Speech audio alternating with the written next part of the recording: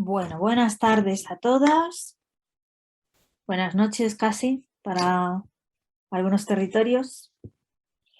Esta última mesa que hemos llamado Interacciones Pandémicas, vamos a moderarla Mara Sánchez Llorens y yo.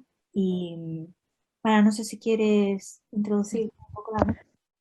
Bueno, buenas tardes, noches, días. Esta última mesa realmente no estaba planteada originalmente, pero bueno, como tampoco estaba planteado que el Congreso fuera así, pero la realidad pues ha ido cambiando, ¿no? las cosas, y sí que detectamos que existían una serie de cosas en común, que era cómo pues, a partir de la pandemia se habían realizado pues, una serie de interacciones que habían transformado nuestra realidad, transformarán nuestra realidad, ¿no? La pandemia, desde luego, va a transformar nuestras vidas. Han posibilitado que estemos aquí un sábado reunidos desde tantos lugares del mundo y que bueno, podamos compartir esta sesión, este precongreso con bueno, pues reflexiones tan apasionantes, ¿no? Como las que hemos visto. Decía antes Álvora que sí que es cierto, ¿no? que la anterior mesa era una suerte de nuevas domesticidades prepandémicas. Sí que hemos visto, ¿no? que existía ya la presencia de la pandemia, por supuesto, y que quizá esto era una suerte de continuidad y lo que desde luego sí que es unas aproximaciones distintas provocadas por esta dualidad, esta dicotomía que se ha producido en el planeta entre lo virtual y lo presencial. Sin más dilación, vamos a intentar ir bien de tiempo para poder bueno, terminar, que podamos conversar un poco. Ya no me atrevo a decir si esto va a ser posible, pero bueno, la primera de las comunicaciones que teníamos o de las reflexiones, creemos que no están, es el espacio público a partir del feminismo. Creemos que ni María, bueno, que no está María y no ha mandado el vídeo, con lo cual si no nos hemos equivocado en algo, pasaríamos ya a la siguiente, que es por un duelo desde los cuidados, de Clara García García y Jorge Navas Almaraz. A Jorge le tengo ahora mismo en la pantalla, o sea que sé que estás. Había un vídeo, ¿queréis que lo pongamos con audio? Bienvenidos, bienvenidas. Hola, gracias. Sí, Clara también está. Bueno, no sé si me escucha Sí, bien. Y hola.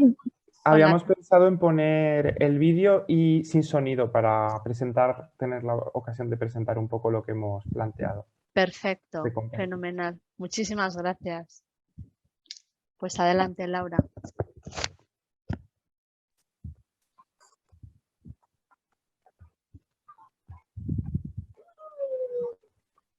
Laura, se está viendo tu escritorio, no se está viendo el vídeo.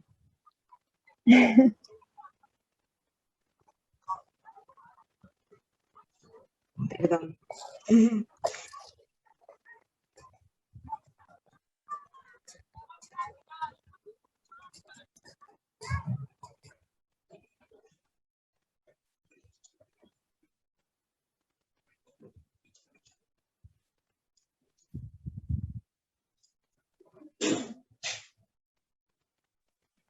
Bueno, pues voy a empezar.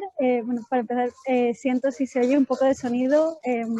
Irónicamente estoy en otra conferencia, entonces tengo que unirme a esta desde la calle, así que lo siento por el sonido atrás. Pero bueno, lo que queríamos presentar un poco con este proyecto surge después de un año de muchas pérdidas, de pérdidas familiares, debido a la situación COVID y en el que bueno, hemos visto pérdidas muy frecuentemente.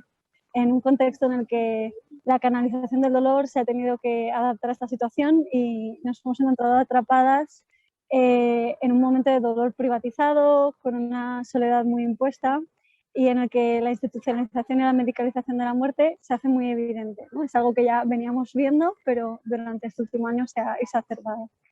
Y esto pensamos que tensiona un poco nuestras formas de pensar, de vivir y, bueno, y de vivir la muerte y el duelo. Desde esta urgencia nace la necesidad de reapropiarnos y reivindicar una forma de vivir el duelo comunitaria y colectiva Y lo que hemos hecho ha sido indagar en nuestras pérdidas personales de este último año, en las que hemos intentado identificar prácticas desde nuestros pueblos que sostienen el cuidado en torno a la vida y a la muerte de una forma que nos parece muy interesante.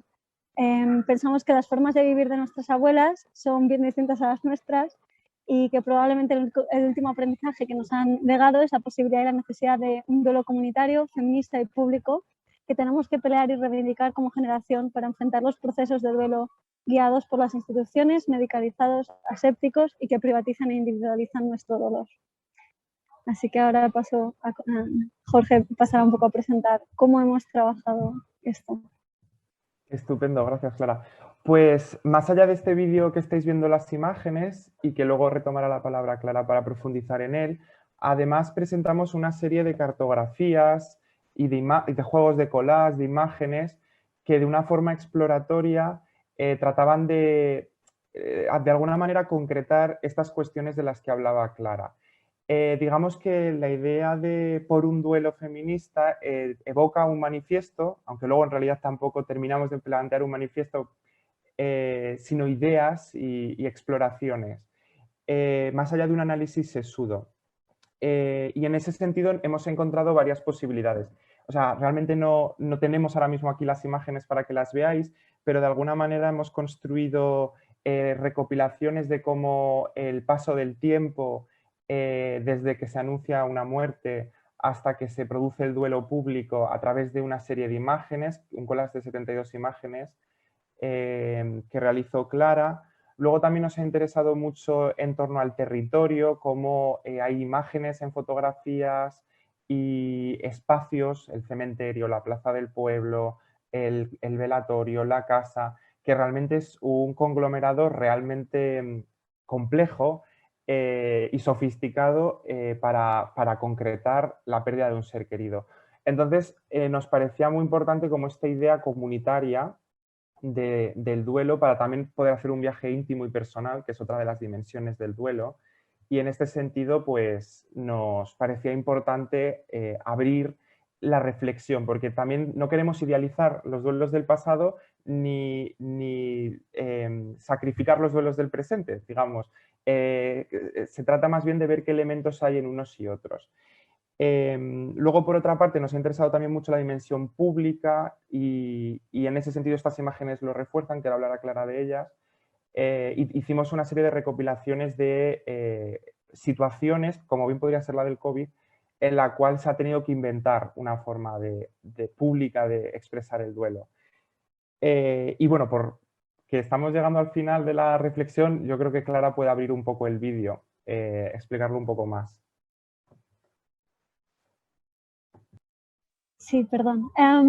Bueno, yo creo que lo que habéis visto en el vídeo son unos archivos que hemos ido también sacando de cortometrajes, películas, fragmentos de documentales, momentos como los funerales de los abogados de Atocha, y era un vídeo que hemos pensado en torno a unas preguntas como que a nosotros nos surgían a la hora de pensar el manifiesto, ¿no? Como ha dicho Jorge, no queríamos asentar en un manifiesto como formalmente, sino trabajar a través de las guías de la interdependencia, la vulnerabilidad, la memoria, la temporalidad de la muerte, como qué nos podía evocar o qué podíamos pensar. Entonces, un poco las preguntas que lanzábamos o que queremos lanzar y que nos queremos evocar en el vídeo giran en torno a qué espacios se habitan y se recorren en los duelos, qué significa reapropiarse de los procesos de duelo, cómo se entretejen las prácticas de cuidados en los duelos y qué es lo que supone un duelo feminista, ¿no? Entonces, bueno, esto es un poco lo que queríamos traer. Muchas gracias. Bueno, muchísimas gracias, Jorge y Clara. Qué valiente y qué necesario era, ¿no?, que trajerais aquí este tema del que parece que evitamos hablar, ¿no?, sobre todo con todo lo acontecido en el último tiempo. Creo que de las últimas personas que vi en clases presenciales fue a Jorge, si mal no recuerdo, y de pronto pues encontrarte, o sea, Me ha resultado un shock. Yo me quedo con muchísimas ganas de saber mucho más, ¿no? Aparte de valiente y de la potencia, desde luego, de las imágenes y de ese manifiesto del que nos estáis hablando. El propio título, ¿no? O sea, pensar, ¿no? Esa relación que existe, ese cariño, ese cuidado, obviamente, que existe en el duelo, preduelo, duelo, posduelo, ¿no? En ese tiempo tan variable, y que creo que además, aunque bueno, pues supongo que tenéis muchas más imágenes que recorran la idea del duelo en distintos lugares. Creo que el contexto de este congreso precisamente nos acerca a ver, o nos ha evocado a cada uno, ¿no? La forma de acercarnos al duelo. ¿En qué momento entra el contexto del COVID en esta investigación vuestra y cómo? No sé si Jorge o bueno, es que no sé si Clara. Sí, perdón. puedes hablar. Sí, sí. No, quien quiera. Me gustaría. No, yo creo que creo que el COVID nos ha servido como excusa, más que nada, para profundizar. Creo que a lo mejor el duelo, sobre todo en personas de nuestra generación, no es algo que tuviésemos presente. Y de repente, ¿no? Con también la temporalidad que se nos ha presentado dentro del COVID y con las muertes que nos han sucedido, como que nos han atravesado y ha sido una urgencia impuesta, ¿no? El hecho de hablar de este tema y hablar en torno a los cuidados, sobre todo en un momento en el que veíamos, nosotros lo hablamos mucho, ¿no? Hemos tenido la oportunidad de vivir unos duelos muy cuidados y de vivir unos rituales muy cuidados y en un contexto muy concreto que gente de nuestro alrededor no ha podido vivir, ¿no? O sea, y luego otras muertes que hemos vivenciado tampoco se han sucedido de esa manera. Entonces creo que el COVID viene, bueno, creo que como una oportunidad para pensar cómo queremos vivir y morir mejor. No sé si Jorge quieres añadir sí, algo. Sí, no, en realidad totalmente, o sea, creo que claro, he explicado fenómeno. Vamos, sí. Lo suscribo, exactamente eso, sí. Bueno, pues fenomenal. O sea, sí, apuntaba Achu del trabajo, ¿no? De la buena muerte, ¿no? Que también se ha trabajado, ¿no? En los últimos, también hemos coincidido, ¿no? En los TFGs también que ha habido algún trabajo sobre este tema, ¿no? Buena vida, buena muerte. A mí me parece que no se habla de la muerte, entonces hablar de la muerte a través del duelo, yo personalmente creo que es muy sanador, ¿no? O sea, creo que es necesario hablarlo, así que gracias por tomar este tema con esa valentía, sensibilidad, respeto y cuidado, que creo que es muy de agradecer. Gracias. Y pasamos a la segunda, que es tercera, ¿no? de las comunicaciones o reflexiones, que sería la domesticidad líquida de Irene González. No sé si ha venido finalmente, ¿no? Bueno, pues pasamos a la cuarta, Screen Care, Visibility, Invisibility and Metaphors of Home in the Context of Pandemic, de la Facultad de Arquitectura de la Universidad de Lisboa, Luisa Sol, doctora, arquitecta, investigadora. No sé si está, Luisa. Olá, sim, olá. Boa tarde. Boa tarde. ¿Quieres que pongamos el vídeo? No, yo prefiero compartir mi tela, mi pantalla. Es más simple. Vale, muchas gracias. Y vas explicándonos tú. Adelante. Gracias, Luisa. Exato. ¿Estão vendo? ¿Tudo ok? Sí, todo bom. Sí, ok, bom. Gracias. La imagen projetada es omnipresente y constituye un legado histórico de la arquitectura representada a lo largo del tiempo, sus sueños y fantasías, pero también sus estereotipos, sus discrepancias, sus desigualdades y segregaciones. La imagen emitida es también demostrativa, demostrativa de lo que no muestra, y en este sentido, la pantalla es un poderoso dispositivo de cuidado para detectar y combatir las invisibilidades y vulnerabilidades de algunas minorías y otros grupos, incluyendo las mujeres. Con la pandemia del COVID-19, surgió todo un nuevo cambio de paradigma no solo en la forma de transmitir la arquitectura, sino también en la forma de habitarla. Se hizo evidente que una casa y hogar son insuficientes sin un ordenador conectado a Internet. Es decir, la casa no es suficiente si no puede ser emitida. La pantalla es este lugar donde se pueden construir y difundir muchos estilos de vida, estereotipos y roles domésticos, pero también el mejor lugar para combatirlos, para crear una contranarrativa. Los medios de comunicación son esta poderosa herramienta que puede y debe definir lo que es visible y lo que es invisible, para permitir una narración arquitectónica para aquellos habitantes que están menos representados en el espacio doméstico y en las formas de habitar. En las palabras de Silvia Federici, mirar la historia desde una perspectiva feminista significa redefinir, hacer visibles las estructuras ocultas de dominación y explotación. La pantalla, por tanto, constituye el lugar físico y conceptual donde confluyen todas estas cuestiones.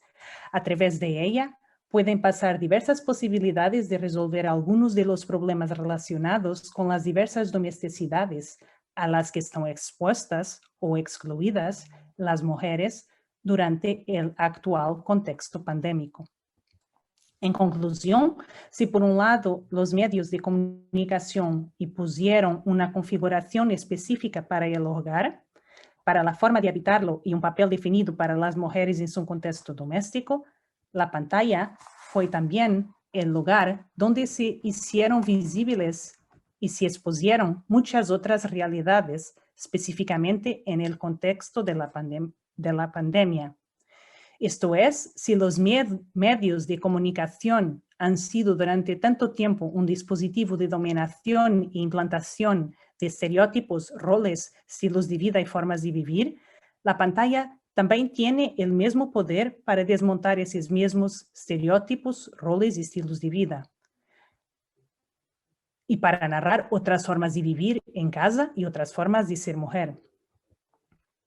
La imagen audiovisual tiene el poder transformador tanto de una fuerza dominante como una fuerza libertadora.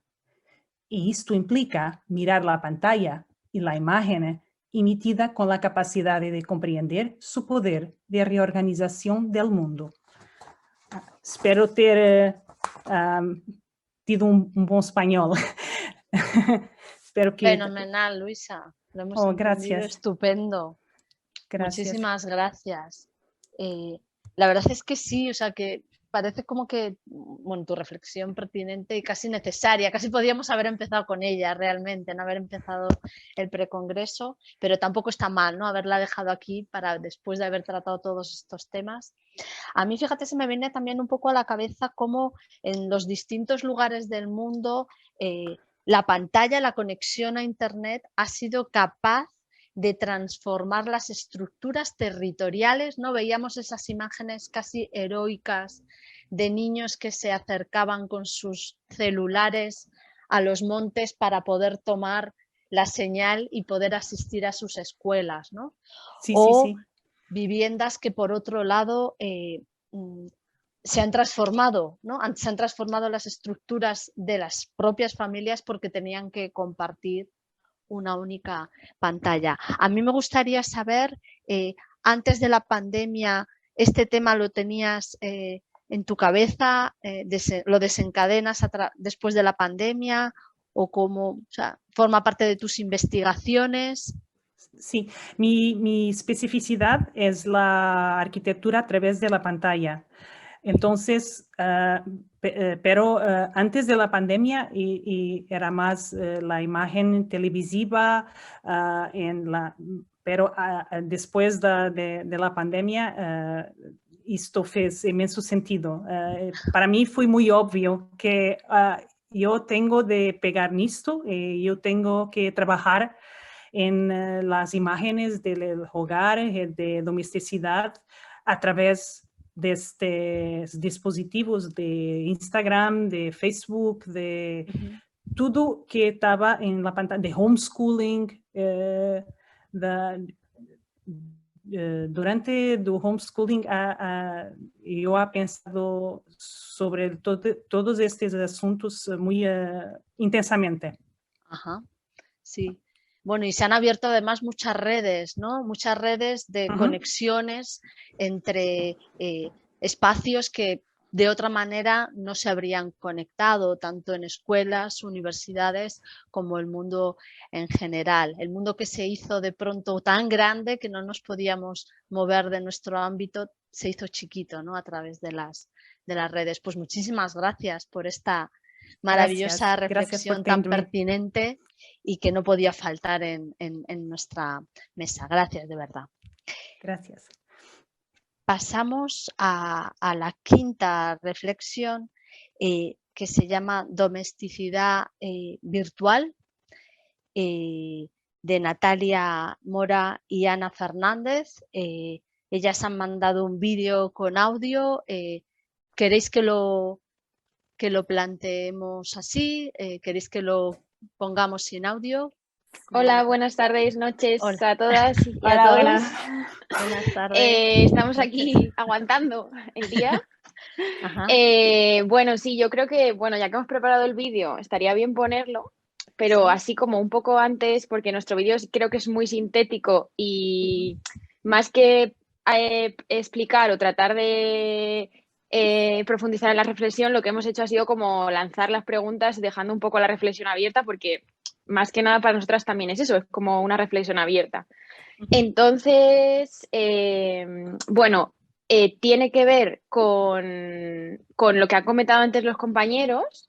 Estaba muy en línea con la domesticidad, que no me acuerdo cómo se llama el compañero, la que hablaba de que el bar, de cómo se había expandido, y la del baño, ¿no? O sea, la del aseo, la herencia y tal. Lo que pasa que yo creo que es radicalmente diferente porque no ha tenido en cuenta nuestra decisión, ¿no? Como individuos y como usuarias de la vivienda, ¿no? Porque no había otra opción de que la domesticidad de nuestra vivienda acogiera múltiples funciones, ¿no? O sea, la no elección, partiendo de la no elección, la vivienda ha representado un único espacio y además también la no elección de poder elegir si quieres utilizar el Internet como medio íntimo para comunicarte lo que antes podía ser relaciones profesionales, etcétera, todo, o sea, partimos de esa base, ¿no? O sea, que es un poco lo que, de ahí parte nuestra reflexión de la no capacidad de elección que hemos tenido, ¿no? O sea, como no hemos podido elegir y también al ser usuarias de esas redes y de esas plataformas que nos han facilitado la comunicación y el estar en contacto con el espacio exterior, también no poder elegir o sea, aceptar las bases de nuestra venta de datos y de información íntima, ¿no? Y que han entrado eso en nuestra vivienda. O sea, es un poco el resumen de la reflexión, pero bueno, para que, no sé si Ana quiere añadir algo más. Bueno, yo quería añadir también que la infraestructura pública ha sido inexistente para esta modificación, ¿no? Esta nueva era en la que los medios son Internet, es el recurso y el medio, la red virtual, y como la infraestructura pública es totalmente inexistente y no ha habido una previsión institucional que haga que toda la sociedad esté dentro, ¿no? Cómo se quedan muchos grupos de población fuera de este medio y cómo se resuelve, porque al final somos diversas y creo que es importante tratar de este tema. Buenísimo. Pues con todas estas aclaraciones, ¿no? Y este punto de partida, pues damos paso al vídeo, si os parece. ¿De acuerdo? Vale, genial. Gracias. Laura, cuando quieras.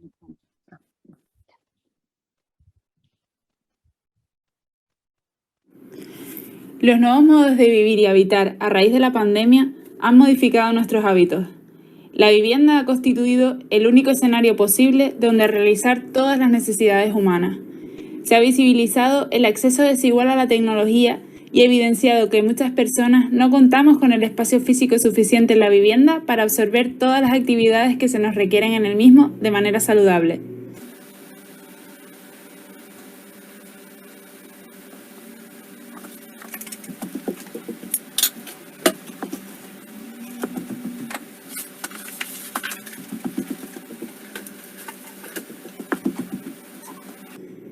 ¿Estamos las personas preparadas para las nuevas realidades virtuales que se nos plantean? ¿Están nuestras viviendas preparadas para albergar los espacios polivalentes que se nos exigen?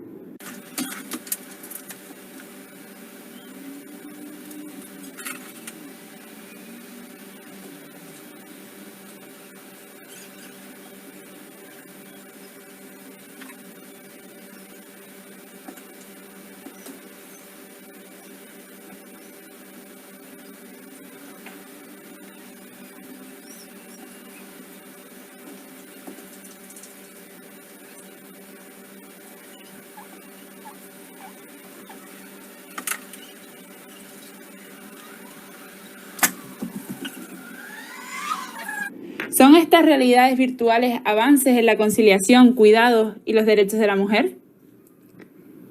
La vivienda se ha expandido en términos de necesidad, ha adquirido tantas obligaciones como las vitales del ser humano. Espacio de trabajo, espacio de ejercicio físico, espacio de reunión, espacio de ocio, de baile, de juego, de encuentro sexual, entre otros muchos, todo ello sin perder el espacio íntimo que antes constituía.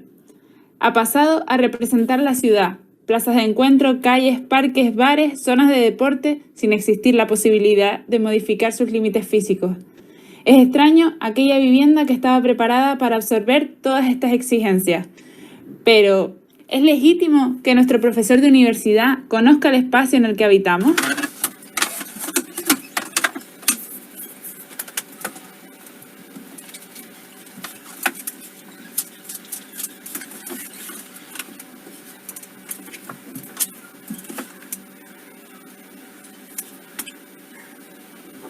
¿Es razonable que nuestro espacio más íntimo se haya convertido a su vez en el espacio donde construir nuestro espacio público? ¿Dónde queda la figura de la estructura superior a esta? La manzana, el barrio, la ciudad. ¿Podemos seguir hablando de educación pública cuando el nuevo espacio digital en el que sucede es de Google?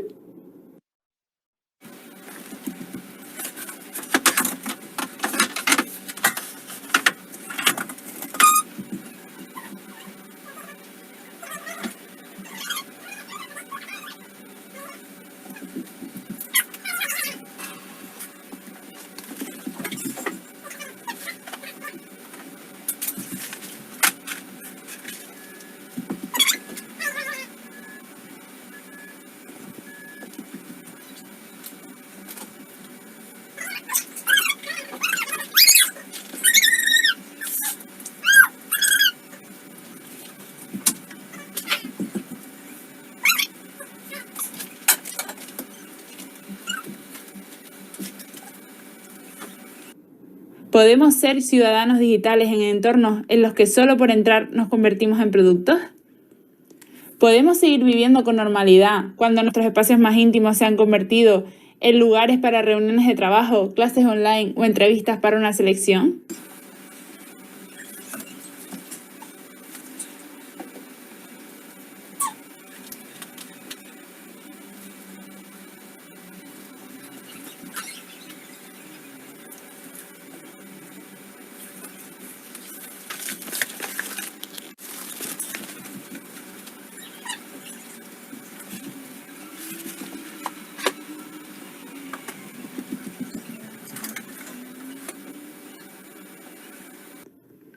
Es una buena medida de conciliación trabajar donde se desarrolla tu vida íntima y donde las personas dependientes también desarrollan sus actividades de manera simultánea.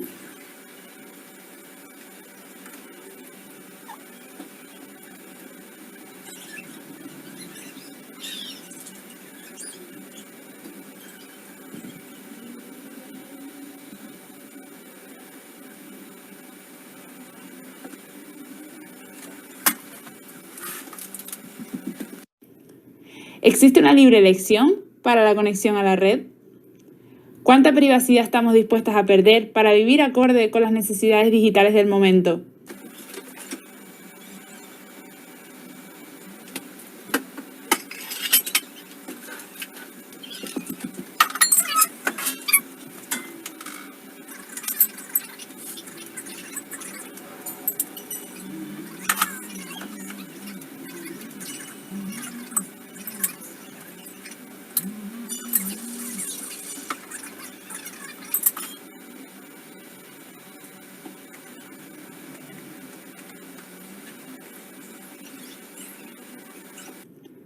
¿Hasta qué punto somos capaces de adaptarnos continuamente a las exigencias que nos imponen los ritmos frenéticos de la tecnología?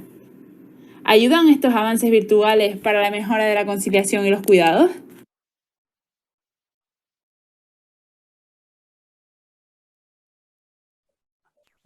Bueno, muchísimas gracias por toda esta cantidad tremenda, ¿no? de miles de preguntas, ¿no? Con esa actividad frenética que tenéis, ¿no? Que has tenido, Natalia, en el vídeo. Yo el podemos, queremos, debemos, ¿no? O sea, lo transformaba a medida que iba viendo vuestro vídeo en podremos, querremos, ¿no? Y me iba respondiendo por segundos que sí, que no. No sé si querremos, no, deberíamos, ¿no? El desconectarnos, el no estar vinculados a 3 dispositivos, ¿no? En tu vídeo, a 3 dispositivos de 3 tamaños, pero que al final nos llevan al mismo, ¿no? al mismo lugar.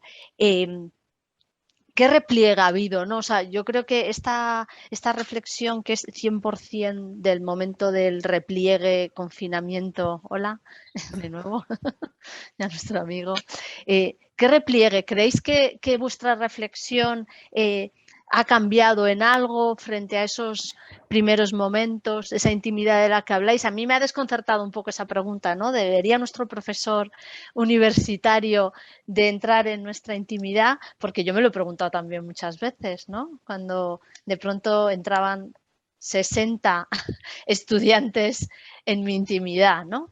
¿Creéis que ha cambiado en algo, en algún milímetro, esta reflexión que hacéis a medida que se ha ido produciendo esta desescalada en distintos tiempos? Yo creo que al principio, ya esto? o sea, yo creo que al principio era una cosa necesaria de la que, pues eso, ¿no? Como que no, la respuesta era hacerlo porque pues tenías que trabajar desde casa, era una obligación.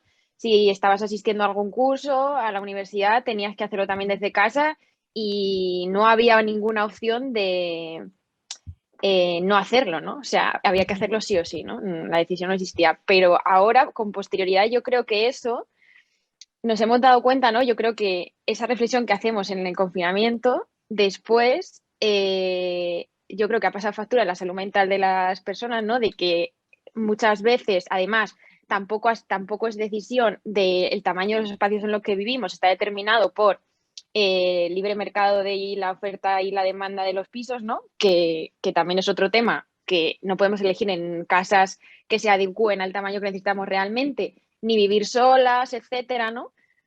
Entonces ya lo de, ¿no? El vídeo que es muy icónico, lo de trabajar en la mesa en la que comes, en la que estudias y de la que nunca en realidad desconectas, ¿no?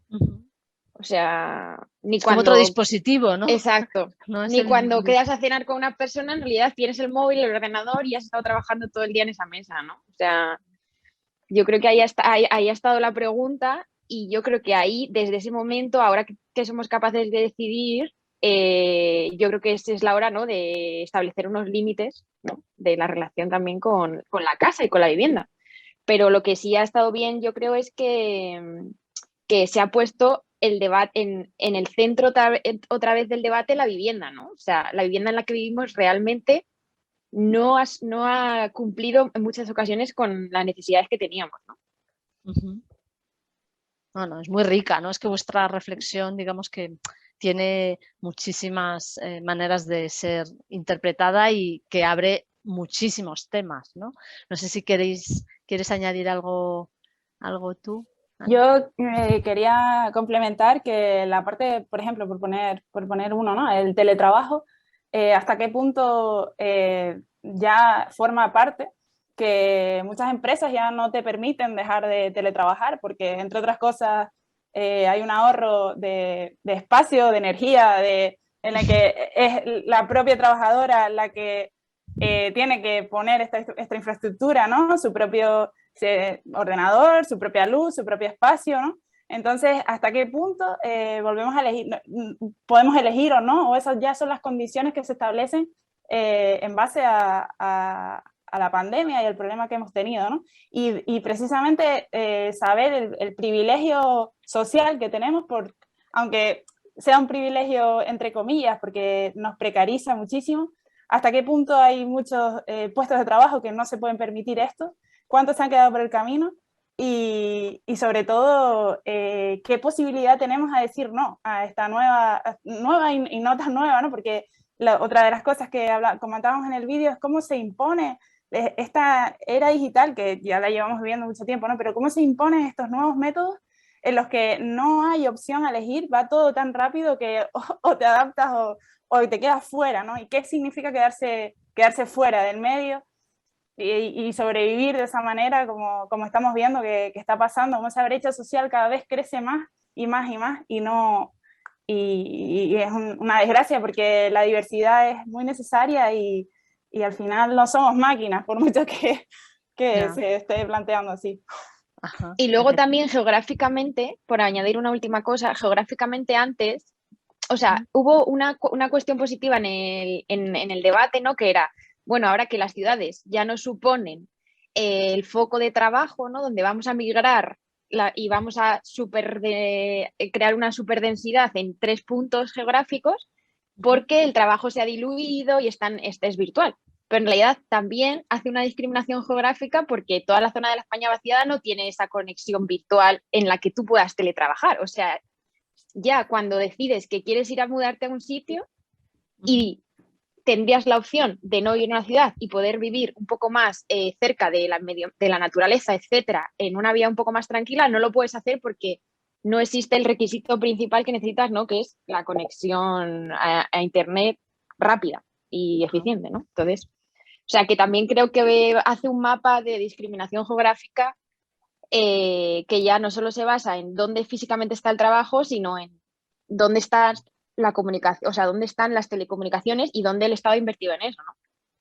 ¿Dónde están las redes, no? O sea, casi exacto. Aquel mapa, ¿no? De Jonah Friedman, ¿no? Que planteaba todo conectado, en realidad se ha movido hacia los lugares donde los nodos o los repetidores, ¿no? de las redes pues están.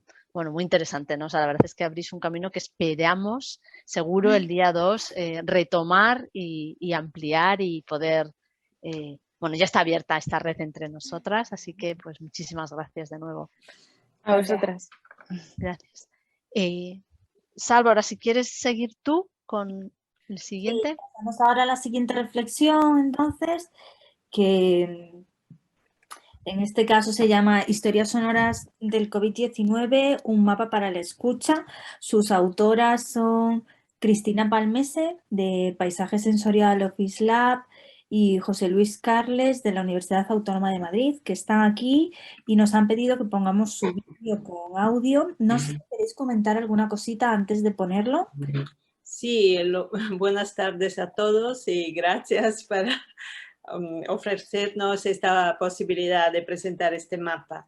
Y simplemente decir que este mapa realmente, una de las razones fundamentales fue de poder reflexionar todos juntos sobre un cambio que era tan fuerte, tan inesperado y tan inesperable, en el sentido que ninguna de las personas pensaba que el mundo se pudiera parar tan de repente.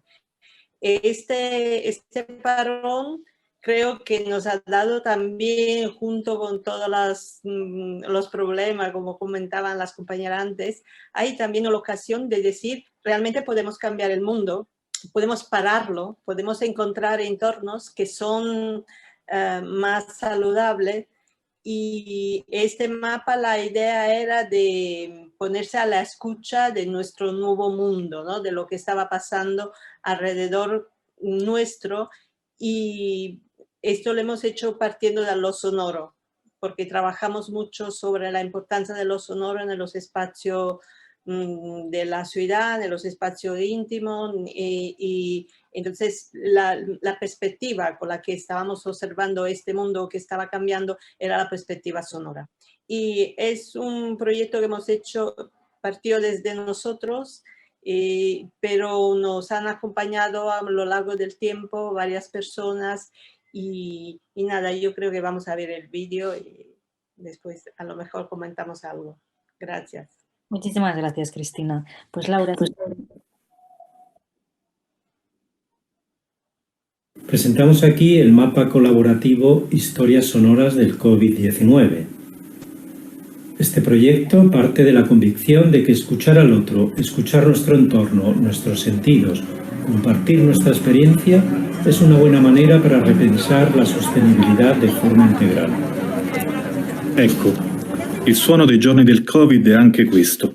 Continue scadenze di numeri e cifre, voci e volti che invitano a restare a casa, a lavare le mani, a sperare. Giorni, settimane, un tempo ghiacciato in cui si sta attaccati alla TV in attesa della buona notizia. Ascolta, i decessi, oddio, sì, ma i guariti e i nuovi positivi. E in Spagna, in Francia, in Germania, in America adesso. Giorni in cui epidemia, pandemia, isolamento, distanziamento sociale sono le parole nuove che riempiono i nostri silenzi, che colmano le nostre preoccupazioni. Fue el comienzo de una alteración sin precedentes de nuestras vidas, de nuestras libertades de movimiento, de nuestras relaciones, que se vieron fuertemente afectadas. Y fue en este momento que nació el proyecto Historias Sonoras del COVID-19. Radio Clásica y concretamente este programa, La Casa del Sonido, se hicieron eco de múltiples relatos ligados a las experiencias sonoras. Escuchamos la primera historia recibida que nos envió Jamal Sensib desde Lavapiés, el 21 de marzo del 2020. Cris, son las 9 menos cuarto de la noche. Lavapiés a esta hora está de coches pasando y bajando, subiendo, digamos. Escucha el ruido. No se mueve nada, todo callado.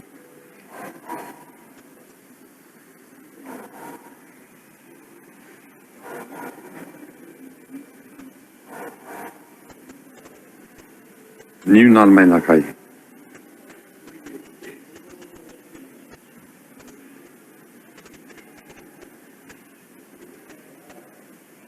Acaba de pasar una persona, pero muy poco.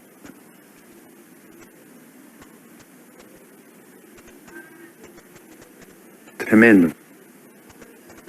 Tremendo, Cris.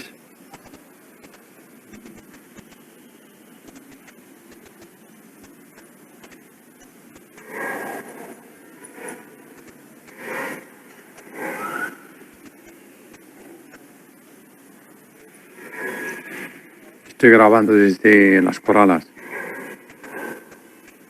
Enfrente tenemos a las escuelas pías. Mi trabajo se ha centrado más bien en el apartado técnico.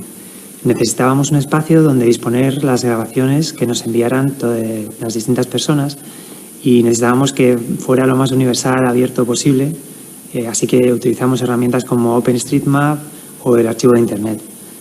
Y en una página web colocamos un formulario que solicitara una información básica y que nos ayudara a geolocalizar la grabación que nos enviaran. Y al principio fueron llegando con cuentagotas de distintas grabaciones, pero luego a la gente le gustaba escucharlas, le gustaba compartirlas con otras personas y curiosear también las grabaciones de otros usuarios. Después empezaron a llegar grabaciones de muchas partes del mundo y se convirtió en un trabajo muy duro tener que geolocalizarlas todas, ubicarlas, etiquetarlas y en un tiempo récord. Además, la idea se extendió a centros educativos y bueno, lo que pasó a ser de grabaciones individuales se convirtió a todo el mundo queriendo compartir una misma situación creada por una pandemia. Las grabaciones eran de todo tipo, desde las muy profesionales que estaban hechas con un guión, con una historia detrás, y las que simplemente estaban hechas con un teléfono móvil que a veces se escuchaba más el ruido del viento que el propio sonido. Pero de alguna manera dejaban ver cómo era la vida de las personas que estaban haciendo la grabación.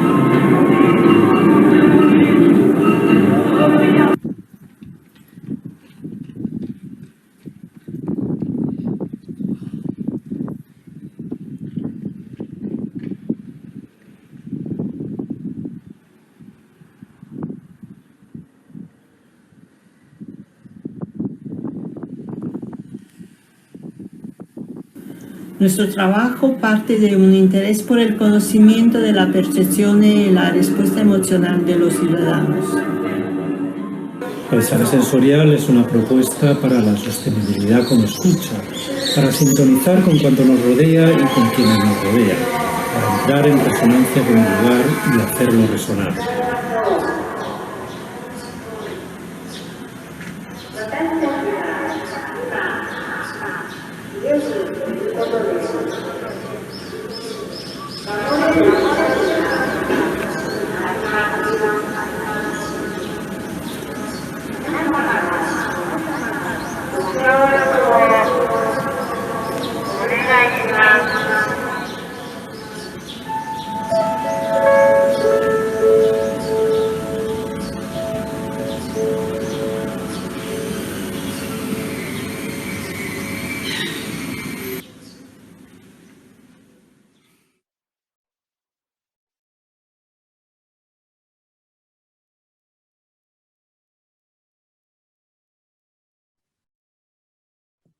Bueno, muchísimas gracias por esta presentación. No sé si queréis ampliar un poquito más, Cristina.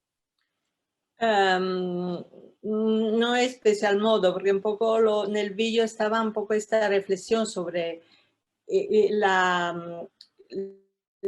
tema que todo el mundo podía enviar cualquier cosa. Esto ha sido también una manera de poder compartir realmente tu entorno más cotidiano. Sobre todo, hay espacios diferentes, hay espacios públicos, hay espacios íntimos. Ha habido también poetas que han expresado su estado, su manera de percibir lo que estaba pasando de manera poética.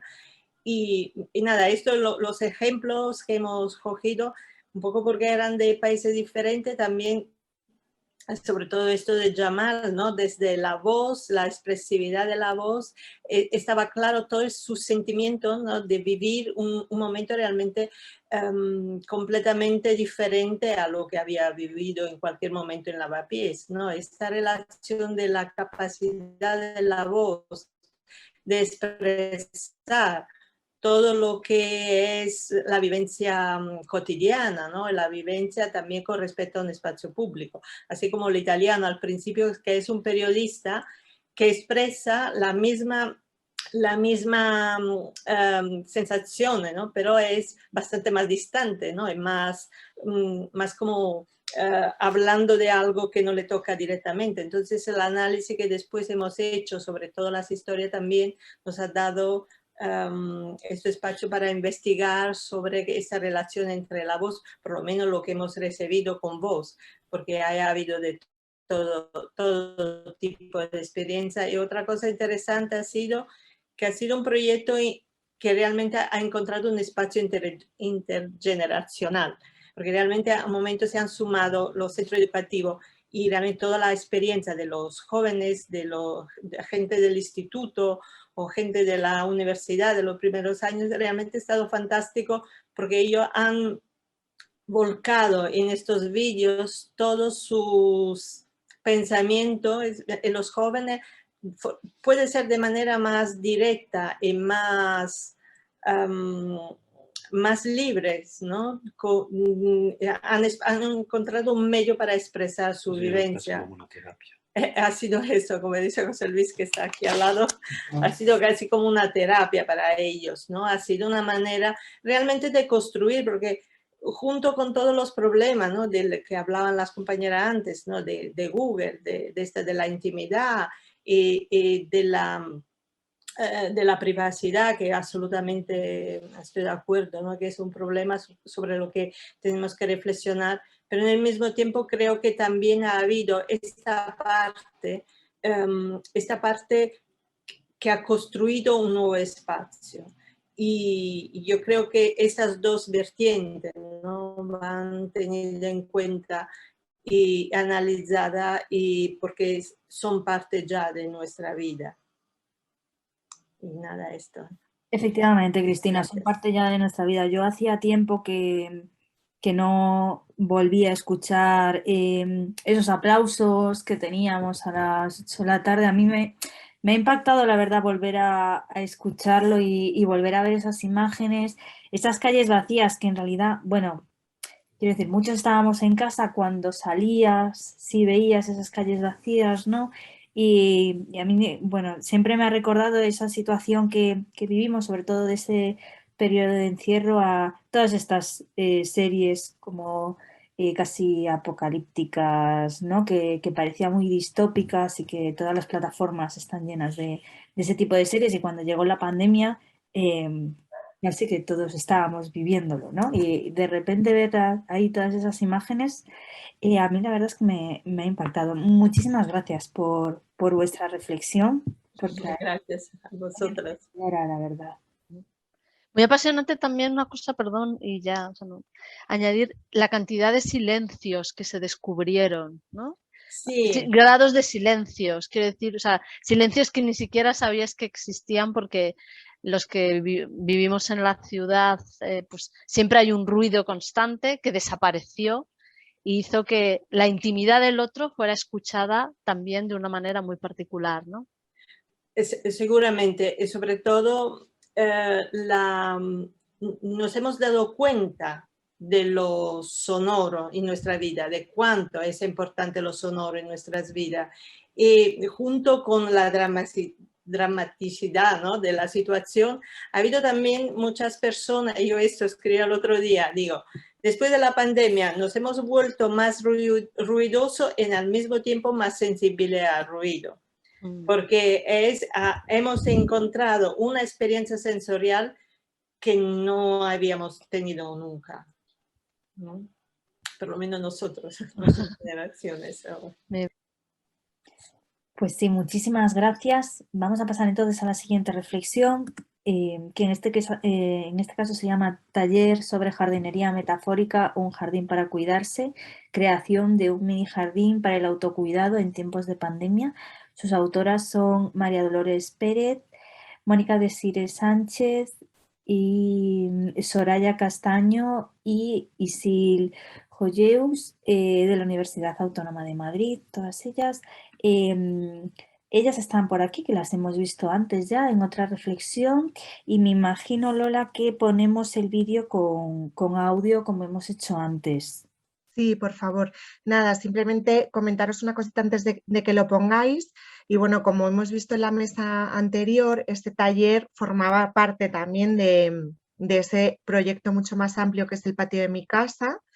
Y bueno, es un taller que planteamos dentro de una serie de actividades de la Noche Europea de los Investigadores y las Investigadoras, la Semana de la Ciencia, y como una parte, ¿no?, del patio de mi casa, que como no lo podíamos hacer allí presencialmente, lo tuvimos que hacer online, y las mujeres que participaron desde su casa crearon sus propios jardines, sus mini jardines, porque una de las cosas que también detectamos durante la pandemia es el que no podíamos salir a ese entorno natural, ¿no? Y entonces, bueno, pues fueron momentos muy especiales de todas esas mujeres, porque lo que hicieron fue crear sus propios mini jardines en casa, conectaron con esas plantas, las plantas empezaron a cuidar de ellas, no ellas cuidaron a las plantas, sino las plantas empezaron a cuidar de ellas, y establecieron una conexión emocional, porque lo que les pasaba a las plantas era como una metáfora de lo que les estaba pasando a ellas a nivel emocional y a nivel de vida, ¿no? Entonces, bueno, pues que fue una experiencia bastante bonita, que por eso la hemos traído al Congreso y que nos alegramos que hayáis querido darnos un huequito para mostrarla. Estupendo, Lola. Pues vamos a ver entonces el vídeo.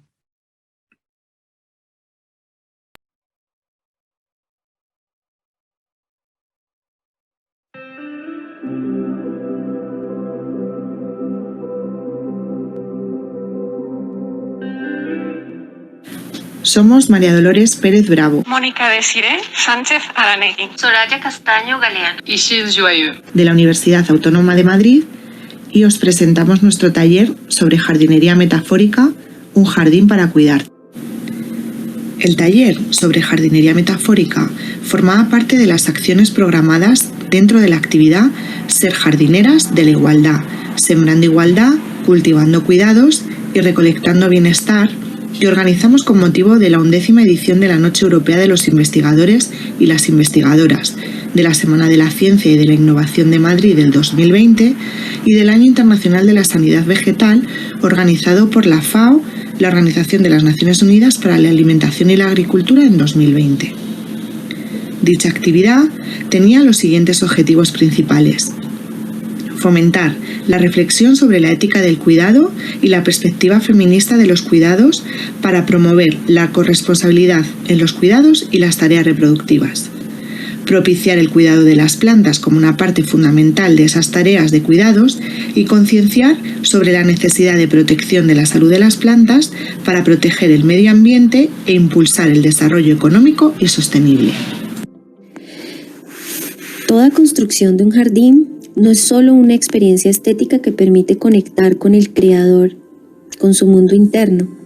El jardín no es un juego arbitrario de palabras, sino que se concreta mediante la imaginación, la creación de mundos posibles, manifiesta el estado anímico, actúa, comprende e interpreta. La jardinería metafórica es un espacio diseñado que procura que sea la naturaleza que demarque el ritmo de las transformaciones.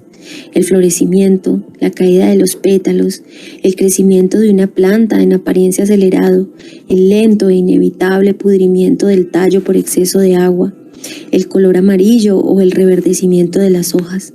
Son algunos de los instantes de pausa que se toman y se ven involucradas las jardineras y los jardineros por causa de su amor al jardín creado, por el cuidado y la atención que tienen con él. Pero además, son estos los microdescansos que motivan a pausas más largas, profundas y transformadoras. Con la realización del taller sobre jardinería metafórica, se pretendía en concreto reflexionar sobre el cuidado de las plantas desde una perspectiva feminista, mediante la creación de un mini jardín metafórico con el que generar un espacio de expresión emocional, de conexión y contemplación de la naturaleza, de arteterapia y de autocuidado para las participantes en tiempos de pandemia, y la creación de una comunidad virtual de aprendizaje con la que compartir el proceso. Fue impartido de manera online a través de las plataformas Zoom y Microsoft Teams por las dos arteterapeutas Soraya Castaño e Isel Joel. Se realizó en 3 sesiones de 1 hora y media cada una y participaron un total de 13 mujeres con edades comprendidas entre los 17 y los 66 años, que pertenecían a diferentes ciudades de distintos países, entre los que se encontraba España, Colombia, Venezuela y Argentina. De las 13 mujeres participantes, 11 de ellas fueron creando durante las sesiones, con la ayuda y la guía de las arteterapeutas, un mini jardín metafórico para el autocuidado y la autocontemplación personal, en el que cada una tuvo que trabajar sobre sus propias necesidades físicas y emocionales y transformarlas en una creación natural con la ayuda de diferentes elementos naturales y simbólicos. Mientras estaban conectadas de forma online e interactuaban entre ellas de forma virtual, compartiendo sus reflexiones. De forma que con su mini jardín metafórico iban representando con símbolos propios su momento, su emoción o parte de su propia historia. Tras la realización de las diferentes sesiones del taller, se creó una comunidad virtual de aprendizaje a través de un grupo de WhatsApp, en la que bajo la supervisión y asesoramiento de las arteterapeutas y bajo un marco de un taller arteterapéutico, las mujeres lograron establecer un vínculo que les permitió continuar elaborando la emoción y su momento, aún después de terminadas las sesiones del taller. Seguían compartiendo fotografías de la evolución de sus mini jardines, resolvían dudas sobre el cuidado de las plantas para mejorar su atención y su protección y compartían sus emociones y sentimientos personales por el cuidado de las plantas. El grado de satisfacción con el taller, tanto de las participantes en el mismo como de las arteterapeutas que lo impartieron, fue muy alto. De hecho, se creó un gran clima de intimidad y relación sorora entre las participantes y las arteterapeutas. Las imágenes que se muestran corresponden a los mini jardines creados por las participantes. Cada uno de ellos tiene una simbología personal para la mujer que lo ha creado. De hecho, incluso alguna de ellas creó más de un jardín metafórico. Muchísimas gracias por su atención.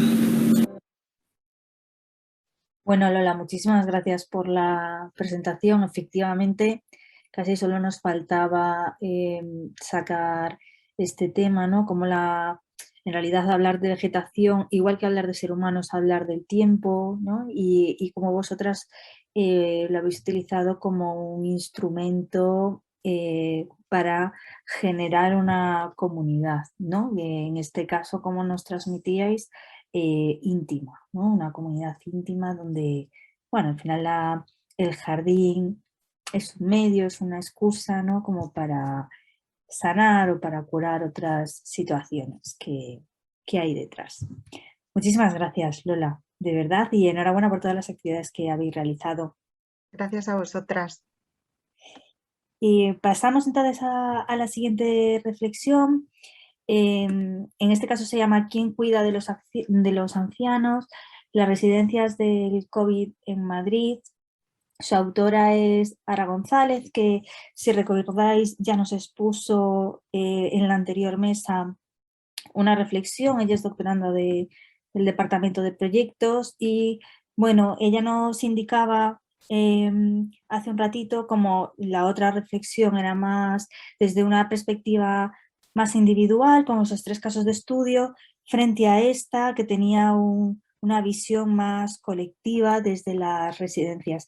Ara, ¿estás por ahí? No sé si quieres comentar algo más o si ponemos el vídeo. Hola, Salvora, ¿qué tal? Sí que estoy por aquí, pero sí que hay un poco de ruido de fondo, así que es mejor yo creo que compartáis el vídeo y yo creo que sí que igual después está bien hacer algún comentario. Estupendo, muy bien, pues muchísimas gracias. Laura, si quieres ponemos el vídeo en tu.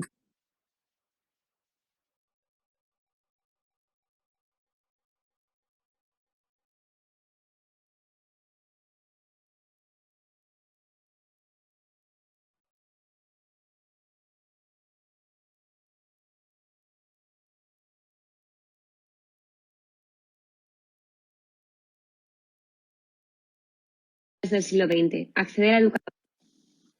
Mi nombre es Ara González y os voy a presentar la reflexión ¿Quién cuida de los ancianos? Las residencias del COVID en Madrid.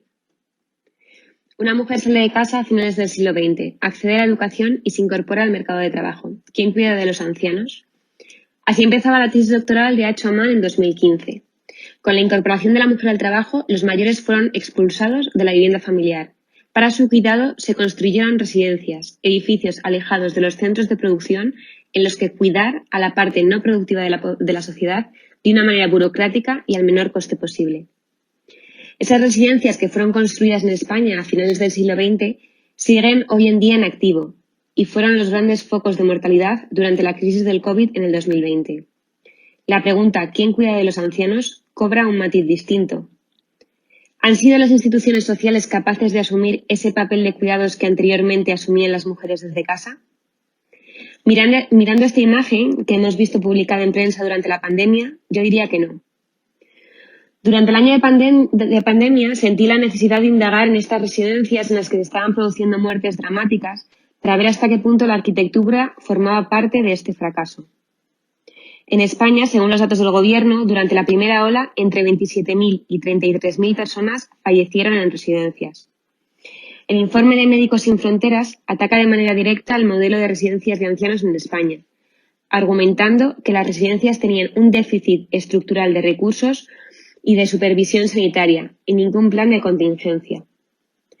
Tras la primera ola, Radio Televisión Española comenzó a realizar una radiografía de la situación, indicando cuáles eran las residencias en las que estaban produciendo más fallecimientos. Voy a pasar a describir muy brevemente la morfología de los 4 centros con peores datos. Vemos en pantalla la residencia de ancianos Dr. González Bueno, que es de titularidad pública, y es la residencia más grande de Europa, con 617 residentes. Se sitúa en el kilómetro 13 de la carretera de Colmenar Viejo, con acceso a través de una vía de servicio. De partida, esta situación, lejos de toda vida urbana, condena a la inexistencia los contactos físicos de los residentes con la vida urbana. El edificio se organiza en forma de estrella, con 7 alas de habitaciones. La residencia fue noticia en 2017 por la precariedad de sus trabajadores y en 2014 los empleados se encerraron durante 24 horas para protestar por las condiciones laborales. En la primera ola falleció el 20% de los residentes de la institución. El segundo ejemplo es la residencia de Los Nogales, en el barrio de Hortaleza. Es privada, pero gestiona plazas públicas. Se inauguró en 2013.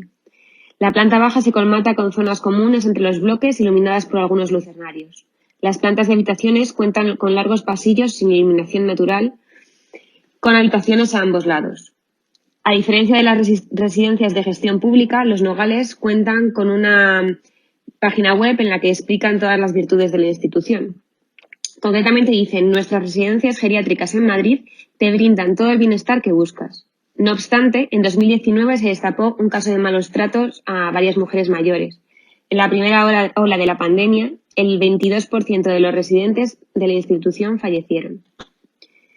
El tercer caso es la residencia Adolfo Suárez, que es de gestión pública y se sitúa en el límite del distrito de San Blas Canillejas.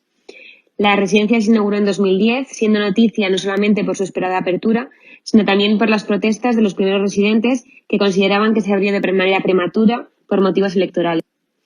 A pesar de la morfología del edificio y las instalaciones relativamente recientes, adaptadas a los requerimientos de sectorización de incendios por el Código Técnico, que es el sistema que se ha utilizado durante la pandemia para sectorizar a los mayores, falleció el 25% de los residentes durante la primera ola de la pandemia. El último ejemplo que traigo es la residencia Nuestra Señora del Carmen, que se ubica en una parcela muy próxima al campus universitario de la Autónoma, pero está totalmente desconectado del campus. Se accede también a través de una vía de servicio. Con anterioridad a la crisis sanitaria, la residencia protagonizó un encierro de los trabajadores en 2013 por falta de personal y un foco de legionela en 2011. La estructura arquitectónica, organizada en 20 patios concatenados, parece a priori una solución útil para sectorizar a los residentes e incluso favorecer la ventilación y el contacto entre el interior y el exterior. Sin embargo, los artículos publicados en prensa durante la crisis califican el edificio de arquitectura endiablada, ya que al mover a los residentes en áreas que eran muy similares, generó mucha desorientación y caos, tanto por los residentes como por los empleados. En la primera ola falleció el 13% de los residentes. Después de pasar por estos casos distópicos, podemos utilizar el caso de Madrid como manifiesto retroactivo para defender la hipótesis de que en las grandes ciudades se produce una segregación de personas según la edad. Las inmensas residencias de ancianos que se sitúan en la periferia urbana son los instrumentos de concentración de mayores alejados de la vida urbana. En una primera instancia, no es tanto la arquitectura, sino la planificación lo que formaliza una segregación espacial colectivamente aceptada.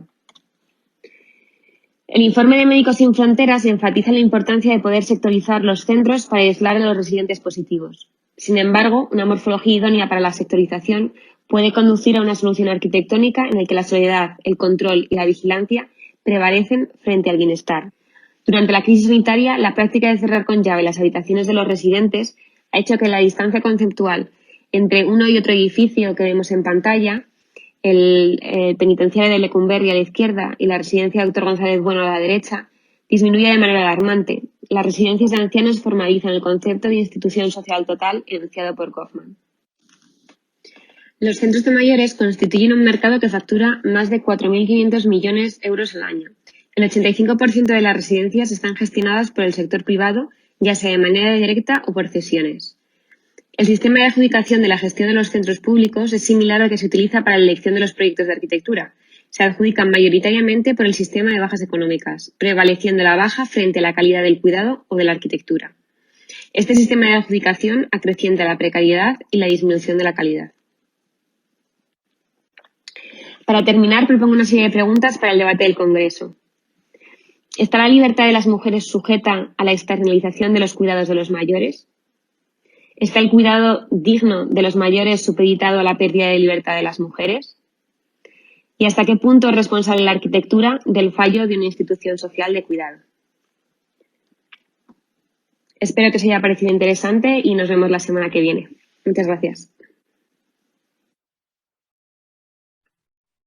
Bueno, Ara, la verdad es que tu investigación sobre los ancianos, ¿no?, que empezó antes de la pandemia, pues seguramente viendo ahora cómo ha evolucionado, sin ella no hubiera seguido los mismos derroteros, ¿no? A mí me ha llamado mucho la atención cuando has definido las residencias como espacios donde cuidar a la parte no productiva de la sociedad, que claro, enunciado así, totalmente, ¿verdad? Pero que suena como muy duro, ¿no? Y yo casi incluso me parecía como que podíamos interpretarlos como condensadores sociales de personas dependientes, ¿no? Una situación complicada. Creo que nos decías que querías ampliar un poquito más después de la visita. Sí, bueno, simplemente hacer así algún comentario. Este trabajo lo hice durante el tiempo de confinamiento, durante los confinamientos que hubo posteriores a la ola gorda de la pandemia, y aunque el tono del vídeo es un poco monótono quizá o sin tanta emoción, realmente yo creo que, bueno, porque en ese momento estaba escribiendo otros textos sobre arquitectura para mayores, ¿no? Pero me pareció que era necesario, ¿no?, como escribir sobre esto que estaba sucediendo, y también a medida que iba indagando en los casos de estudio, pues un poco los iba dibujando, ¿no? Y era como un poco como de impotencia y de incredulidad, ¿no?, de que estos edificios existieran en la misma ciudad en la que yo vivía. Por ejemplo, la residencia del Dr. González Bueno, pues, que es una institución asistencial que quiere dar un servicio de cuidado, pero que realmente está formalizando un espacio social que no sé si debería existir en el siglo XXI, ¿no? Entonces, bueno, es un poco como esta situación de extrema, bueno, pues visibiliza unas realidades que existen hoy en día en la sobre ella, y visibilizar, así que con eso ¿se me escucha bien? O no sé si se ha cortado o algo. Me corta un poquito, pero más o menos. Si quitas vale, bueno, pues nada, está. Ya está. Vale. Estamos hablando la próxima semana sobre estos temas y todos los que han surgido en el Congreso. Muchísimas gracias, Sara, y enhorabuena.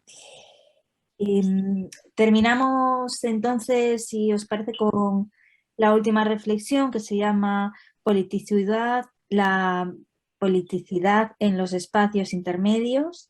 Sus autoras son Daniela Ramos, de la Universidad de Sevilla, y Zareli Gamarra, de la Universidad Pablo de Olavide. Ellas están aquí y nos han pedido que reproduzcamos su vídeo con sonido. Sí, vale, antes queríamos decir algo, ¿te parece? Claro. Queríamos decir que nosotros entendemos un poco estas interacciones post-pandémicas desde los pasados presentes, ¿no? Y cómo imaginar nuevos paradigmas nos permite construir otros futuros. Vamos con el vídeo. Estupendo, muchas gracias.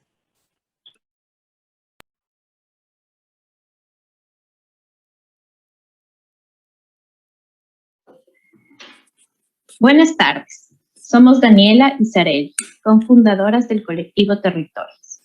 En esta presentación queremos compartirles las reflexiones que recogimos del trabajo realizado con grupos y asociaciones de mujeres radicadas en Sevilla. Escuchar sus relatos nos ha motivado a cuestionarnos el modelo de participación institucionalizado y las formas de organización formal que han invisibilizado las prácticas cotidianas de las mujeres, relegándolas a la esfera de lo privado, un espacio que el relato oficial considera como apolítico. Los primeros talleres abordaron los itinerarios cotidianos en la casa, el barrio y la ciudad. Las mujeres situaron sus actividades en lugares y tiempos específicos. Sus voces, transcritas en la pantalla, reflejan la sobrecarga en los trabajos de cuidados, que entrelazan al trabajo no remunerado, a las emociones y a la responsabilidad. Cuidados con los que las mujeres construyen ciudad sin evocar la materialidad de la vida. Estos trabajos están condicionados por las relaciones familiares y de género, por la clase, la raza y la sexualidad, que son factores que nos atraviesan como seres humanos y definen las intensidades que condicionan nuestras experiencias de vida. Los relatos de las mujeres coinciden en que el tiempo es sinónimo de ausencia en la corresponsabilidad de los cuidados, en la libre elección del ocio, en la movilidad. Las 24 horas del día no son suficientes para hacerlo todo. Estas narrativas trazan una condición histórica de género que desde una mirada tradicional determina la ausencia de las mujeres en la participación política en todas las escalas territoriales. Nosotras habíamos interiorizado esta retórica, pero las historias de vida de las mujeres contradecían esta narrativa oficial. En lo cotidiano, las mujeres desafían las dicotomías jerarquizadas entre lo público y lo privado. Organizan espacios intermedios a través de los cuidados, que más que actividades son un conjunto de necesidades que hay que satisfacer para sostener la vida en condiciones de humanidad. Con esta reflexión en la pantalla, intuimos que las interacciones de las mujeres con la vecindad son el germen de la participación política que opera fuera del institucional, construyendo y transformando territorios desde los vínculos y el contacto corporal más estrecho y menos protocolar. Relaciones que se omiten cuando se impone la esfera pública y las formas de operar del institucional. Las ausencias han moldeado al sujeto político de las mujeres y han condicionado su visibilidad en otras esferas más allá de lo cotidiano. Han dado lugar a otras formas de interacción y de organización que no forman parte de los marcos institucionales que determinan las formas de participación y de los espacios donde se localizan. Estas prácticas que observábamos que ocurren entre la cotidianidad y la agencia necesitan ser interpretadas desde el marco analítico propio de la politicidad. Rita Segato menciona que la politicidad es la forma de hacer política de las mujeres. Las mujeres sostienen la vida con los cuidados, pero también las espacialidades de la politicidad, que operan en los espacios cotidianos, en los lugares intermedios, donde ellas colocan el valor de la vida más allá de toda institucionalidad. Desde estos marcos buscamos incorporar otras reflexiones sobre la participación desde los campos femeninos que se articulan desde otras prácticas, desde las prácticas cotidianas que son entendidas desde la politicidad, ¿no? Estas prácticas que ocurren en el contexto de ciudad a lo que nosotras hemos nominado politiciudad. La politiciudad transgrede así las dicotomías para reconocer la agencia histórica de las mujeres en la construcción de la ciudad, desde los lugares vividos, desde los comunes que sostienen la vida. La politicidad devela los espacios construidos por una polifonía de voces que emergen desde otros lugares con nuevos discursos dispuestos a dialogar. En esta oportunidad, más que una presentación, lo que nosotras traíamos era una invitación abierta a hacer una reflexión, a pensar en este modelo hegemónico centrado en la experiencia masculina, que coincide una única forma de participación política, sin diálogos, sin consensos. Si este es el modelo al que aspiramos llegar, si este es el horizonte que va a guiar los nuevos senderos cuando hablamos de participación de las mujeres, cuando hablamos de la construcción de la ciudad desde las mujeres. Bueno, eso es lo que nosotras queríamos compartir y muchas gracias.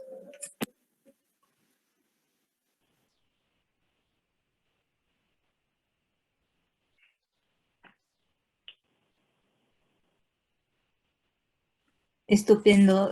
Daniela, no sé si nos comentabas antes que os gustaría como ampliar un poquito más de lo que decíais en el vídeo.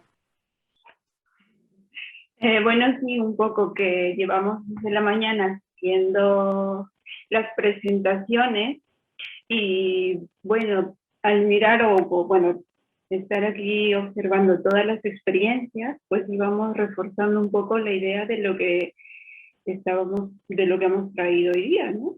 Hablar de politicidad, de cómo estas prácticas de las mujeres en el contexto de ciudad, a partir del marco de la politicidad, las hemos ido mirando mucho más, ¿no? Ha sido como una especie de autopsia o estar ahí con un microscopio observándolo, y yo creo que nos ha dado un mayor convencimiento de lo que veníamos postulando, ¿no? Yo también, al principio, cuando nos pasaron el programa, el programa nos veíamos como un poco desubicadas de la mesa, ¿no? Y al final, después de toda esta cartografía que hemos ido armando entre todas, creo que es como que cerramos este ciclo de conferencias finalizando con lo que podría haber también sido el inicio, y eso me parece que es algo importante. Sí, al final el tema que vosotras habéis tratado efectivamente ha estado muy presente en todas las sesiones que hemos tenido hoy y efectivamente nos parecía bonito cerrar con ella porque en vuestro discurso pues se señalan muchos temas que han salido y es casi como, no el resumen, pero una instantánea que plasma bastante bien todo lo que se ha puesto hoy encima de la mesa, ¿no? Mara, no sé si tú quieres comentar algo. Se te oye muy bajito, Mara. Ay, es que me lo había puesto arriba. Perdón. Bueno, sí, dar un poco, verificar lo que estabas diciendo, porque es difícil, ¿no? Armar al final el programa de todo un día, porque muchos temas, como decíamos antes, pues se tocan, muchos podrían haber estado en otras mesas, porque realmente quizá, igual que vosotras habéis ido confirmando a medida que escuchabais todas las conferencias del día o las comunicaciones, que os reafirmabais, ¿no?, en la investigación que estáis realizando, nosotras nos reafirmamos en que todo, digamos, forma parte de los cuidados, que es necesario, digamos, el tocar todos los temas que hemos desplegado y otros muchos más, ¿no?, para podernos acercar a este tema tan extenso, tan complejo, pero tan rico también, ¿no? Entonces, bueno, pues yo no sé si alguien quisiera añadir algo más. Habíamos pensado que después de, bueno, una sesión tan intensa como la que hemos vivido, tan rica, tan emocionante, la verdad es que ha habido momentos que bueno, pues hemos recordado muchas cosas, hemos puesto sobre la mesa temas durísimos, otros muy hermosos. Lo que sí que desde luego todas nos llevamos es la gran alegría de haber compartido esta sesión de tantas horas juntas, porque creo que los cuidados se hacen juntas, se hacen en red, como lo hemos planteado y creo que estaréis de acuerdo todas. Entonces, bueno, daros la palabra si alguien quiere añadir algo, pero si no, pues pensábamos cerrar la sesión, invitaros al día 2 a que os suméis al congreso, pues en este formato híbrido que hemos planteado para ese día, ese evento que se va a celebrar junto a Solas, ese encuentro cerca de la Escuela de Arquitectura de Madrid, y dejaros en compañía de los vídeos que nos han mandado en relación con las imágenes, con ese formato de imágenes, dejaros con esos vídeos, esas imágenes al despediros. No sé si alguien quiere añadir algo. Sálvora, Achu, Flavio, no sé, todos, en realidad para todos. Los asistentes quieren como decir algo también. Yo creo que este es el momento. A mí me gustaría añadir una reflexión. Claro, no. Natalia y yo hemos trabajado desde la red, ¿no?, desde la distancia, porque yo ahora mismo vivo en Tenerife, soy de aquí, y me gustaría añadir una reflexión. Estamos viviendo con la isla vecina un fenómeno natural muy potente, hay un volcán ahora mismo en erupción, que se está llevando por delante muchísimas viviendas, ¿no? Entonces es un periodo ahora mismo que tenemos de emergencia, que no estamos acostumbrados a tener este tipo de emergencias, ¿no? Y mucha gente está perdiendo pues su vivienda, que paradójicamente lleva toda la vida construyendo, ¿no?, y que considera su mayor bien. Se está poniendo la vida en el centro, de una forma que los medios de extinción están, pues eso, están intentando que la vida sea lo más importante, como todos sabemos, ¿no? Pero me gustaría hacer la reflexión de dónde queda esa domesticidad cuando se pierde la vivienda, ¿no? ¿Qué pasa cuando la naturaleza se impone a todo esto que hemos hablado y a los métodos que estamos intentando invertir, pero de repente pues vivimos en un medio en el que no somos nadie, ¿no? Cuando de repente llega un fenómeno natural, porque vivimos en territorios que son naturaleza, ¿no?, y la vivienda queda muy lejos, la vida se pone en el centro, pero ¿qué pasa con cuando nos quitan, ¿no? esa propiedad, esas pertenencias que hemos convertido en el centro. Me gustaría dejar esa reflexión porque están siendo momentos muy duros por esta zona, muy, muy duros. El hermanamiento es importante y la verdad que es una dualidad muy fuerte porque estamos teniendo un fenómeno natural que es increíble, impresionante, que hemos estudiado los libros pero jamás hemos visto en persona, ¿no? Y no se puede disfrutar al 100% porque hay gente perdiéndolo todo y hay mucha gente jugándose la vida ahora mismo para salvar esas vidas, ¿no? Y dejando las pertenencias atrás, esa dependencia que tenemos a la vivienda y a los espacios. Ya está. Pues gracias, Natalia, y creo que añadir que nos hermanamos con todos vosotros, ¿no? Desde la península, mandaros nuestro cariño y desde luego dejas una reflexión que va a estar presente, ¿no? Yo creo que muchísimas gracias y bueno, pues ánimo. Gracias.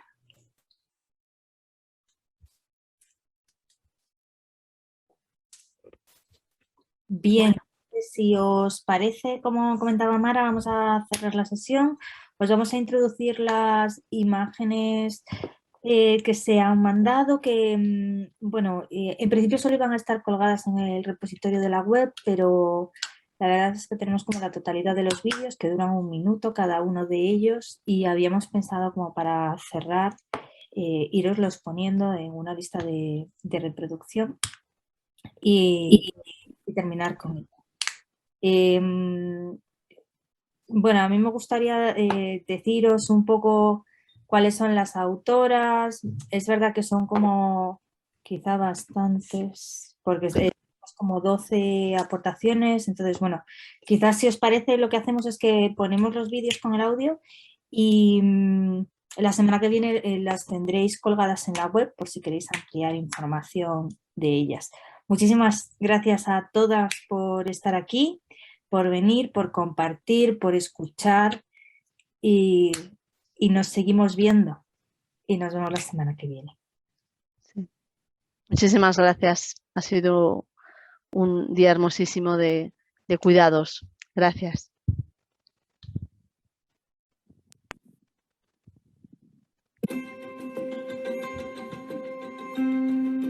La ciudad de los cuidados, un manifiesto arquitectónico y urbano ecofeminista.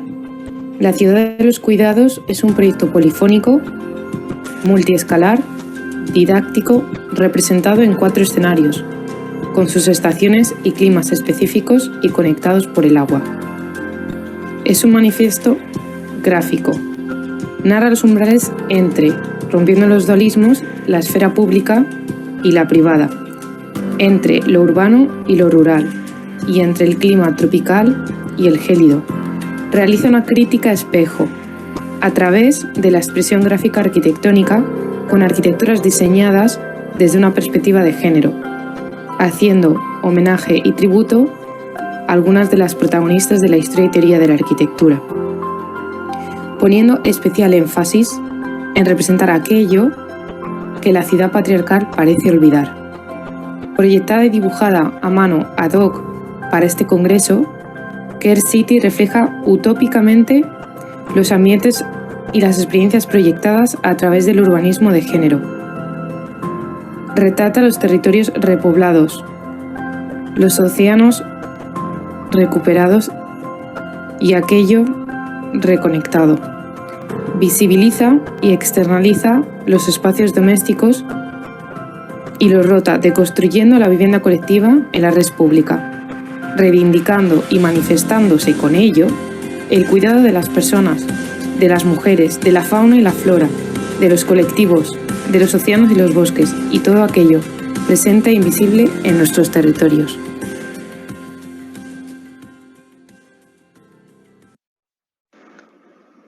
Hola, soy Marta Camacho y os voy a contar la reflexión que hay detrás de mi ilustración titulada Coreografía de los cuidados. Se trataba de mostrar la íntima relación entre las tareas de cuidado y el espacio doméstico. Para empezar, en nuestro sistema capitalista y patriarcal se prioriza la economía por encima del resto de esferas de la vida y se obvia nuestra codependencia e interdependencia. Esta desvalorización de los cuidados ha dado lugar a que en nuestras viviendas las tareas domésticas se ubiquen en espacios residuales. Paralelamente, se ha glorificado a la familia y naturalizado una feminidad a la que le corresponden estas tareas per se. Y según datos del Instituto Nacional de Estadística, las mujeres dedican 4 horas diarias a labores domésticas, mientras que ellos invierten 2. En cuanto al cuidado de los hijos, ocurre lo mismo. Las españolas dedican 2 horas diarias y los españoles 1. Estas tareas conllevan una relación más intensa con el espacio de la vivienda, puesto que esa coreografía de los cuidados se desarrolla en un espacio cerrado, controlado y en relación al cuerpo y a sus medidas. Por ello, la arquitectura feminista reconoce los cuidados como una parte esencial de la vida, tratando de hacer que esta coreografía de los cuidados se desarrolle en espacios dignos e inclusivos, que permitan la socialización del trabajo de cuidados y la eliminación de jerarquías. Hola, somos Marta Camacho y Luis Jiménez y os vamos a contar la reflexión que hay detrás de nuestra imagen. Para nosotras será importante señalar cómo a lo largo de la historia el patriarcado y el capitalismo han alimentado la fantasía de la individualidad, obviando la ecodependencia y la interdependencia de las personas. Se ha reducido el concepto de valor al de precio, cortando toda relación con la naturaleza y con los cuidados. Esta visión, que prioriza la economía por encima del resto de esferas de la vida, ha acabado condicionando toda la estructura social. Por ello, para nosotras, era importante señalar que es hora de volver a poner los cuidados en el centro, de apostar por una propuesta tan anticapitalista como es cuidar a otras y cuidarse a una misma. En palabras de Johanna Edba, adoptar la práctica históricamente feminizada y por lo tanto invisible de asistir, nutrir, cuidar y preocuparse. Tomarnos en serio nuestras vulnerabilidades, fragilidades y precariedades. Apoyarnos, honrarnos, respetarnos y empoderarnos. Protegernos mutuamente, promulgar y practicar comunidad. Una afinidad radical, una sociedad interdependiente y, en definitiva, una política de cuidado. Hola a todas, me llamo Camila Barro y vengo a presentarles parte de mi tesis de magíster que se titula Maternidad y Crianza en Santiago de Chile, explorando las atmósferas del cuidado. Lo que hice yo fue analizar relatos de madres de distintas partes de Santiago sobre su experiencia de crianza, lo cual luego fue ilustrado por Stephanie Puli, que es una amiga y mamá, que ilustró desde la portada que viene ahora hasta cada uno de los relatos que les estoy presentando, que eran en total 11. Los relatos tratan distintas temáticas, como por ejemplo el contraste de la infancia propia con la infancia de nuestras hijas e hijos, el rol de los MOL en las experiencias de maternidad y crianza actuales, las experiencias también de los migrantes en nuestra ciudad, los traumas y las estrecheces que vivimos desde nuestras maternidades, que nos duelen, la necesidad de buscar naturaleza desde la ciudad y también las buenas experiencias como la crianza en tribu que puede suceder.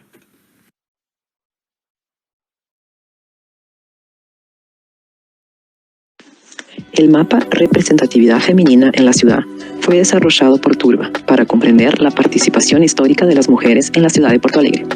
El libro Lugares Públicos en Porto Alegre, Presencia Femenina en la denominación de María Celeste, aporta informaciones de lugares que llevan nombre de mujeres, memorias y historias de ellas y su participación en la sociedad. Decidimos mapear estos lugares para entender en el territorio donde se ubican estas memorias y representaciones. Entendemos que hacer público estos datos e informaciones es importante para plantear reflexiones sobre la participación femenina en nuestra sociedad, donde los hombres siempre han sido vistos y reconocidos por su vida pública a través de sus posiciones de poder. Además de analizar los datos y reflexionar sobre la importancia de la representación femenina, esta iniciativa de investigación también es una forma de llamar la atención para que las comunidades y representantes del ayuntamiento tengan en cuenta esta temática en nuestras ciudades para las generaciones futuras.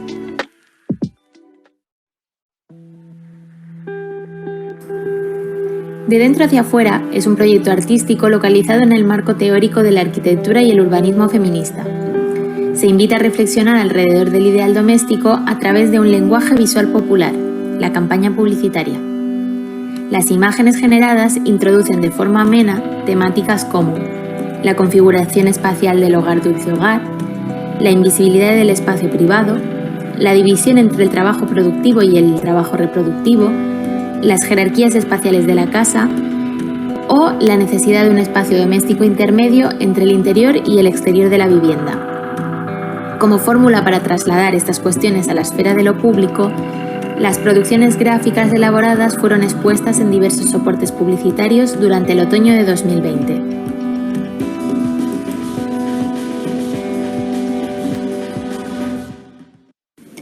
México, septiembre del 2017.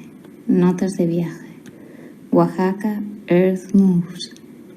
La tierra se mueve, la tierra no se mueve. Frecuencia incierta. ¿Cómo pensar el tiempo? Construcción, destrucción, reconstrucción. Ciclo muerte-vida. Regeneración, transformación y continuidad de la vida. Tlaltecutli, Cali, la medusa. Las artes y los mitos guardan las verdades más profundas. Tierra negra, barro negro, identidad de un pueblo, de lo profundo de una mina, eco de una tierra que está viva. Y entre despertares de diosas las mujeres, mujeres pilares, mujeres que unen, resistencia callada y cierta. Los límites físicos son los límites psíquicos. Fragilidad, fatiga extrema. Entre el colapso y la resistencia, la precariedad y la supervivencia. Lazos que unen a través de los eventos que suceden en el tiempo.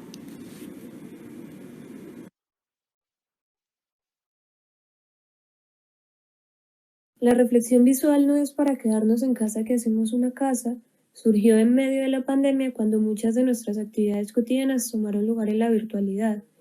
Esta situación despertó una sensación ambigua. Por un lado, las tecnologías de la información y comunicación se develaron como un instrumento de colonización, particularmente de los cuerpos feminizados, ya que al fin y al cabo las pantallas neutralizan las desigualdades socioespaciales. Sin embargo, por otro lado, esas mismas redes actuaron como hilos uniendo resistencias y sentipensares a pesar de la distancia y el encierro. Nos permitieron, por ejemplo, participar desde diversos lugares en este congreso hoy. Finalmente, dado que la virtualidad es cada vez más el espacio de la vida cotidiana, aquello que es necesario es tener una mirada territorializada que nos permita entender el tiempo-espacio desde el cual cada una se sitúa, incluso en el espacio virtual.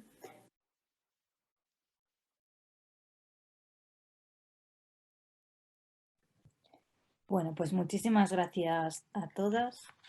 Como os decíamos, nos despedimos por hoy y muchas gracias a todo el equipo que ha estado detrás, de verdad.